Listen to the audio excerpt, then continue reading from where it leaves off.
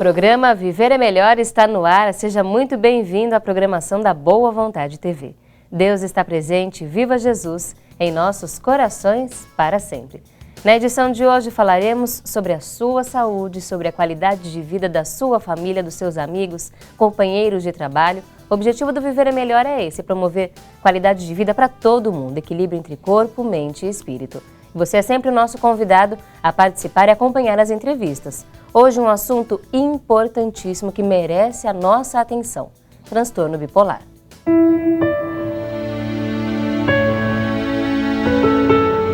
Incidência no Brasil.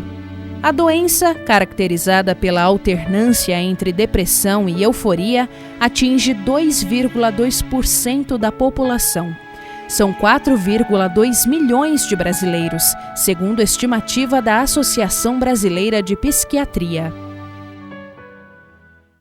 Quem vai nos ajudar a entender a importância desses índices, se essas pessoas, por exemplo, já têm o diagnóstico, é a psicanalista Priscila Gasparini. Seja muito bem-vinda ao nosso programa. Muito obrigada, agradeço a oportunidade. Agradecemos a sua presença, agradecemos também a você, amigo telespectador, que desde já pode mandar para a gente as suas perguntas, compartilhar suas dúvidas, contar suas histórias. Ligue 0310 07 940, 0310 07 940. Ou se preferir, nosso e-mail é vivermelhor@boavontade.com, vivermelhor@boavontade.com, e pelo Facebook é só acessar facebook.com/boavontade. Com esse convite feito, nós vamos agora meditar, refletir sobre a vida, porque nós realmente acreditamos que a saúde começa do equilíbrio que está dentro de nós.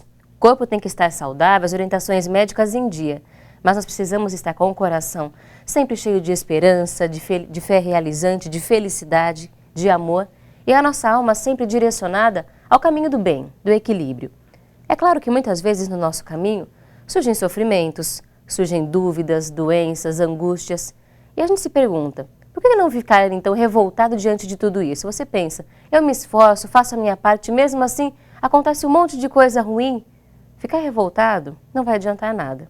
Muitas vezes dá até vontade, mas de que vai resolver você ficar se lamentando, ficar se lastimando, culpando as outras pessoas?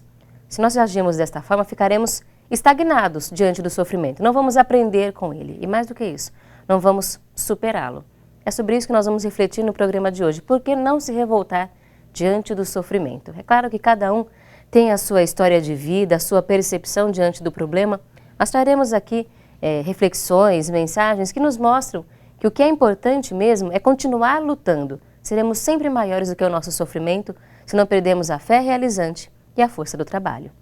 Trazemos então para começar a reflexão de hoje o livro Diretrizes Espirituais da Religião de Deus, no primeiro volume, em especial na página número 139, o jornalista Paiva Neto nos traz o seguinte subtítulo: A solução está em Deus. Afirma o autor: Jesus é a religião da vida, vida diária, com seus desafios e amarguras. Só com ele, passo a passo, poderemos suplantar as dores do mundo. Não se trata de retórica. O Cristo é realidade palpável, divinamente influenciando cérebro e corações humanos.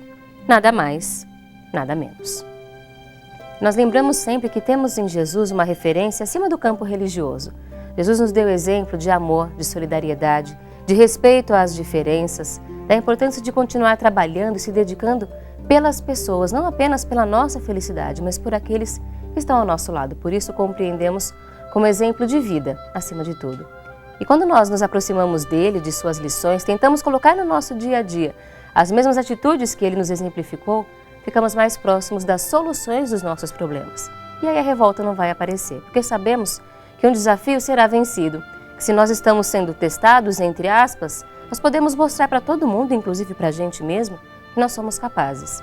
Por isso que não adianta ficar revoltado, precisamos continuar lutando. E se em algum momento aparecer uma insegurança, um receio, um medo, faça sua oração, sua meditação, sua reza, da forma como você quiser denominar, de acordo com a sua tradição religiosa, até mesmo a você que não tem nenhuma tradição específica.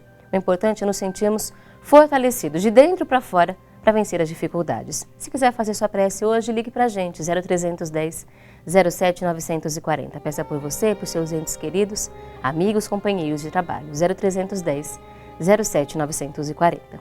Vamos agora começar a nossa entrevista a respeito de transtorno bipolar. Um desafio que vem sendo enfrentado por milhões de pessoas todos os dias. Nós perguntamos já à nossa convidada. Nós vimos pesquisas que mostram, então, que 4 milhões de brasileiros, mais de 4 milhões, têm transtorno bipolar. Essas pessoas já têm esse diagnóstico? Sim, infelizmente sim. É um diagnóstico difícil de se dar, é um diagnóstico muito preciso, precisa muita cautela para isso, né? Porque se confunde com outras doenças. Mas hoje em dia esse número é verdadeiro. É possível que seja maior do que isso, que pessoas tenham o transtorno bipolar e nem saibam ainda? Sim, hoje em dia nós temos muitas pesquisas de transtorno bipolar na infância e esses números infantis não são computados ainda. Não. Até é difícil de diagnosticar porque as crises maiores se dão na adolescência, então enquanto criança acaba não sendo diagnosticado corretamente. Em que gênero essa doença é mais comum, nos homens ou nas mulheres? Nos homens. Nos homens? Os homens acometem mais. É pouca diferença, uma diferença de 2%, mas a população masculina sofre mais com esse mal. Dá pra gente saber já quais são os principais motivos que levam? Porque geralmente depressão, outros transtornos, falam-se sempre que as mulheres são maioria. Nesse caso, os homens, algum motivo específico? Então, nos estudos eles nos mostram crises de estresse. O estresse acaba desencadeando, existe um componente genético que é passado, né? E através desse componente a pessoa tem essa predisposição e o estresse, hoje em dia, muito forte, acaba desencadeando esse transtorno. Em que idade se costuma aparecer os sintomas? A senhora falou sobre a infância.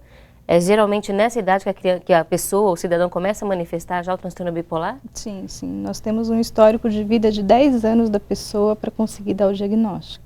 E geralmente o diagnóstico é feito em que idade? Uns 20, 25 anos é o normal. É possível que uma pessoa que não teve na infância e na adolescência venha a desenvolver quando fica na fase adulta? Sim. Nós temos casos no puerpério, quando a mulher tem o bebezinho e ela passa por aquela emoção muito forte, né? Ela passa por alterações hormonais, então ela pode vir a desencadear se ela tiver essa predisposição genética. É importante a gente então entender que 4 milhões de pessoas já têm um problema, que talvez ele seja maior, que é preciso reconhecer essas pessoas. Qual é o impacto do transtorno bipolar na vida de uma pessoa e da sua família? Olha, é bem difícil, é uma doença psíquica muito grave. A pessoa... É uma doença, inclusive é uma pergunta essa, é uma doença mesmo? É uma doença, tem que ser reconhecida e tratada como tal. Então a pessoa oscila entre uma fase de mania, de euforia, onde ela pode tudo, ela não tem limites, a outra fase de depressão profunda. Então esses ciclos são muito prejudiciais, inclusive estava até lendo para vir fazer essa matéria, né? Tem uma matéria de dezembro agora, de pesquisadores do Sul, que descobriram que 5 crises de bipolaridade sem tratamento, elas alteram o hipocampo e dão problema na memória da pessoa. Isso até então a gente não conhecia. Então, além de consequências sociais, pelo prejuízo no campo do trabalho, com a família, há consequências para a pessoa do campo de vista emocional, mas também físico. Sim. O prejuízo também acontece fisicamente. Isso é só para você perceber a gravidade dessa situação, a importância dessa pessoa receber amparo, receber tratamento e como é que isso é feito. Nós conversaremos daqui a pouquinho no próximo bloco. Aproveitamos para fazer o convite para que você participe junto com a gente também, ligando para nós, mandando perguntas, contando suas histórias ou até sugerindo outros temas aqui para o Viver é Melhor. 0310 07 940 ou vivermelhor@boavontade.com e ainda pela nossa página no Facebook, facebook.com/boavontade. Aproveito para agradecer a participação da Iésia Nery Pereira, de Campina Grande, Paraíba, que está acompanhando o nosso programa. Olá, obrigada, Iésia. Ela pede preces por sua saúde física e espiritual e por sua filha Juliana Nery. E também pede por seus outros entes queridos. Os nomes serão lidos daqui a pouco na corrente ecumênica de preces. Vamos para um intervalo rápido aqui no Viver é Melhor e daqui a pouquinho falaremos sobre os sintomas do transtorno bipolar. Como reconhecer essas pessoas? Falaremos sobre isso contando com a sua audiência. Até já.